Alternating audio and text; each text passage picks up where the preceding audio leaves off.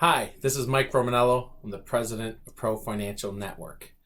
And today we will go over our video series on the difference between a 15-year and a 30-year mortgage. We get asked a lot in our office, well, which one should I have, a 15 or 30-year? And then the other question we're asked recently is, should I refinance my current mortgage into a 15-year mortgage? Well, let's look at the differences between the mortgages and you can make the decision yourself. So as you can see here, we have a 30-year mortgage, and that 30-year mortgage, the interest rate is 4%, and the fixed rate is $14.32 a month for the next 30 years. Now, in month one, $1,000 of that mortgage payment you make every year will go to interest to the bank, and $432 will go to the principal to the bank. Well, let's fast forward 5 years from now. 5 years from now, as you can see, your mortgage payment stays the same. It's a 30-year fixed. But now, interest that goes to the bank is $906, and $526 is your quote-unquote equity or principal that goes to yourself. So as you can see, you've put close to $85,000 of payments over the 5-year period, and your mortgage balance is $271,000, and it's only giving you back about $29,000. So the mortgages, you need to understand, are very front-end load interest on 30-year mortgages.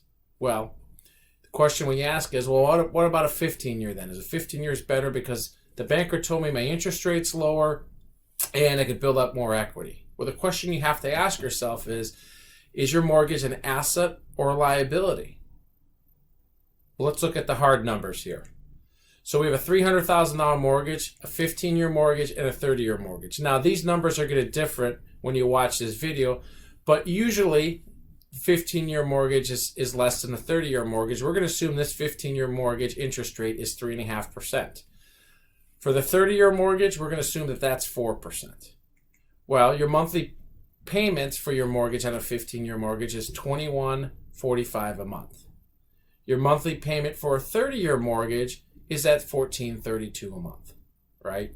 So if we look at the differences between the two mortgages, the savings you will receive is $713 a month if you did a 30-year mortgage instead of a 15-year mortgage.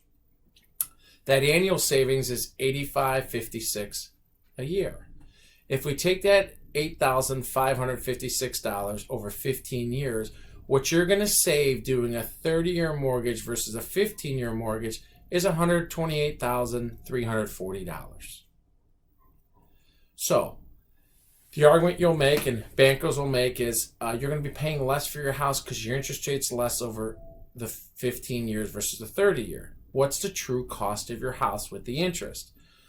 Well, in a 15-year mortgage, that $300,000 house is going to cost you a little over $386,000.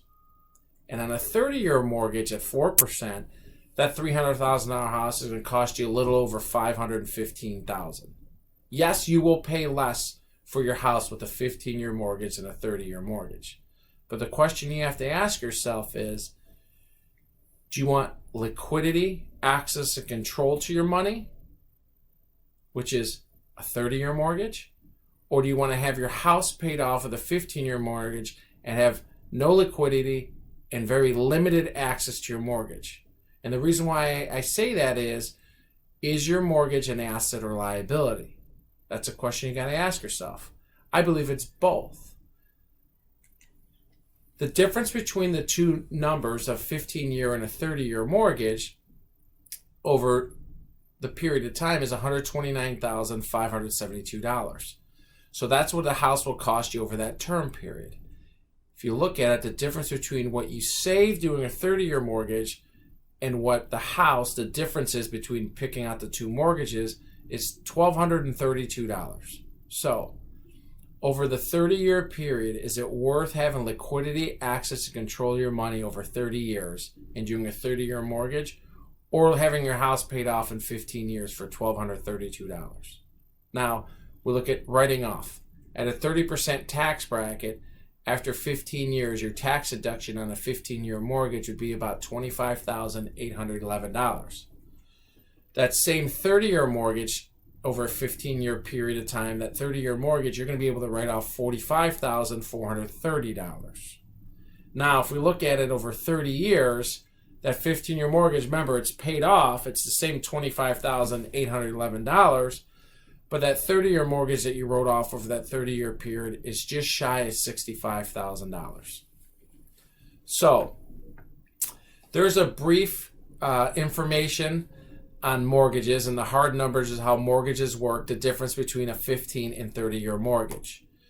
If you have any questions, or if you liked or learned anything today, please click on the like or share button below and give our office a call if you have any other questions. Thank you and have a good day.